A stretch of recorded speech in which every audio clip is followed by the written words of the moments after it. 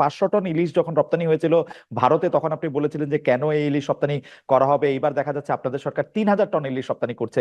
এর কারণ যদি আমাদের বলেন। আরেকটা বিষয় বলে রাখি, প্রফেসর আসিফ নজরুল, আপনি আসবেন শুনে অনেকে আমাদেরকে প্রশ্ন পাঠিয়েছেন, সুতরাং আমাদের অনেক প্রশ্ন আছে। আপনি যদি একটু সবগুলি বিষয়ে যদি আপনি একটু সংক্ষিপ্ত আকারে একটু জি বলেন জি যে জি আপনারা 3000 টন ইলিশ রপ্তানি করছেন, এটি কেন? জি। আমি প্রথমে আপনাকে বলি, আমি ইলিশ রপ্তানির যে স্ট্যাটাসটা দিয়েছিলাম তখন আমি উপদেষ্টা ছিলাম না। আর 3000 টনের ব্যাপারটা আমি আপনাকে একটু ক্ল্যারিফাই করি। সেটা হচ্ছে আমাদের এই গত বছর, আমি একদম পরিসংখ্যান নিয়ে এসেছি যাতে কোনো মিসআন্ডারস্ট্যান্ডিং না হয়।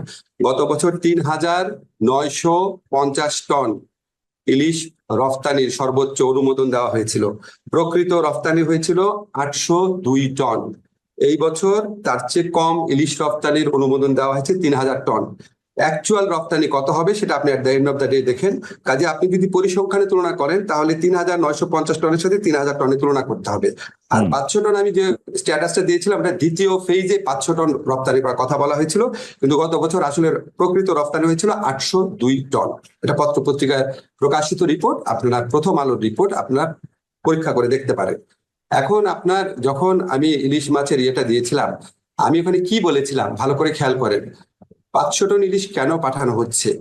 ভারতকে খুশি করার জন্য, যারা আমাদেরকে পানি দেয় না, যারা আমাদেরকে সীমান্তে হত্যা করে, যারা আমাদের সাথে আপনার অবমাননাকর মন্তব্য করে, এরকম। তো আমার কনটেক্সটটা ছিল, আপনি যদি ভালো মতো মেসেজটা দেখেন, আপনি যদি ভারতের সাথে মর্যাদাপূর্ণ সম্পর্ক থাকে, বন্ধুত্বপূর্ণ সম্পর্ক থাকে, ওই বন্ধুত্বপূর্ণ সম্পর্কের আলোকে, ভারসাম্যমূলক সম্পর্কের আলোকে আপনি ইলিশ রপ্তানি করেন না কি করেন সেটা নিয়ে মানুষের অত মাথা ব্যথা থাকতো না।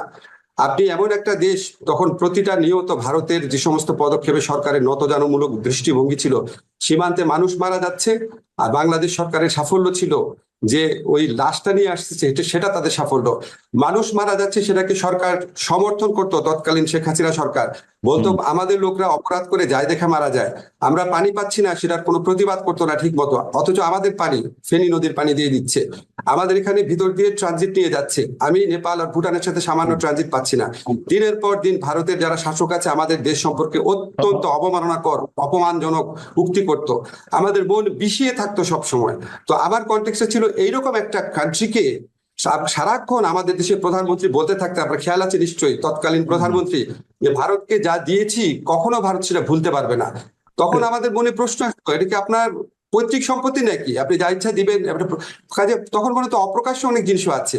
তো ওই কনটেক্সটে আমি বলতাম যে আপনি এমন একটা দেশকে এই জিনিসগুলা দিচ্ছেন, যেই দেশ আমার বর্ডারে এটা মানে, প্রতিবাদ করেন না, পানি চান না, এই চান না, ইত্যাদি। সেই ক্ষোভ থেকে তখন অনেক কিছু বলেছি। আমি একটু ক্লারিফাই করি, এখন তো আর সেই সরকারটা নাই।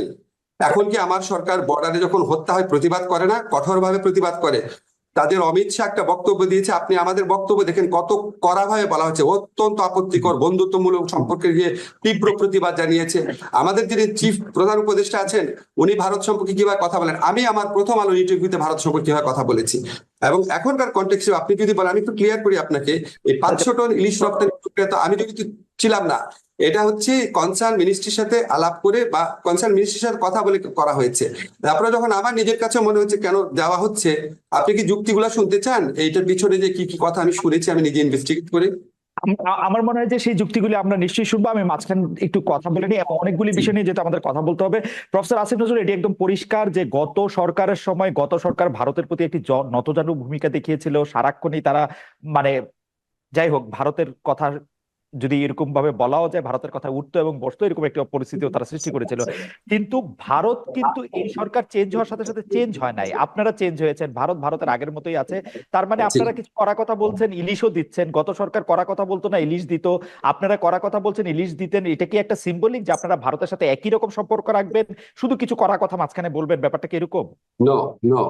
আমি যতটুকু বুঝতে পেরেছি, আমি যখন এই ব্যাপারটা ইনভেস্টিগেট করেছি তখন কতগুলা কথা বলা হয়েছে, এগুলো কিন্তু আমার কথা না, আমি মানে রপ্তানির পেছনে কথাগুলো শুনতে চেয়েছি। তখন একটা কথা বলা হয়েছে যে, আমি যেটা যেটা ইনভেস্টিগেট করে বা জিজ্ঞেস করে জেনেছি, সেটা হচ্ছে আমাদের ছাত্র জনতার যে বিপ্লব হয়েছিল, এই বিপ্লবে পশ্চিমবঙ্গের মানুষের সমর্থন ছিল। তারা আমাদের ওখানকার দূতাবাসের সামনে কর্মসূচি পালন করেছে। পশ্চিমবঙ্গের যে মুখ্যমন্ত্রী ছিল তিনি অত্যন্ত কড়া ভাষায় আমাদের তৎকালীন প্রধানমন্ত্রীর সমালোচনা করেছিলেন এবং এটা নিয়ে একটা টানাপোড়েনের সৃষ্টি হয়েছিল। এবং আমাদের এই ইলিশটা প্রধানত পশ্চিমবঙ্গের মানুষের জন্য যাচ্ছে, এগুলি কিন্তু আমার যুক্তি না, আমি যেসব কথা শুনেছি। আরেকটা কথা বলা হয়েছে, মোট যে ইলিশ রপ্তানি করা হচ্ছে সেটা হচ্ছে 0.29%। এগুলি অন্য পক্ষের কথা। এবং সবচেয়ে বড় যে কথাটা বলা হয়েছে, ভারতের সাথে আমরা সম্পর্ক মানে রিঅ্যালাইনমেন্ট করতে যাচ্ছি, আমরা একটা ভারসাম্যমূলক সম্পর্ক প্রতিষ্ঠা করার দিকে যাচ্ছি। সেখানে আমাদের জন্য অত্যন্ত জরুরি বিষয় হচ্ছে আদানির বিদ্যুৎ কেন্দ্র, রামপাল কেন্দ্র, আমার বর্ডার কিলিং। সেখানে আমি একটা অপেক্ষাকৃত লঘু বিষয়ে আমি তাকে একটা মেসেজ দিতে চাই না যে আমি তোমার সাথে খুব হোস্টাইল। আমি ওই ভারসাম্যমূলক সম্পর্কের সৃষ্টি করার প্রয়াস হিসাবে আমি এই পশ্চিমবঙ্গের মানুষের ইলিশের যে ইয়েটা আছে, এই ছোট একটা জিনিস নিয়ে আমি তাকে আঘাত করতে চাই না। ছোট জিনিস ওই আমি আপনাকে বলা আমার ইনভেস্টিগেশনের বক্তব্য।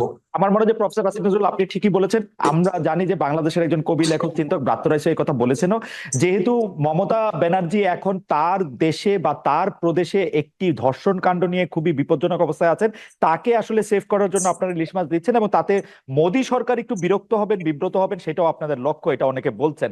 অর্থাৎ আপনারা না, আমি সেভাবে বলতে চাচ্ছি না, আমি সেভাবে বলতে চাচ্ছি না।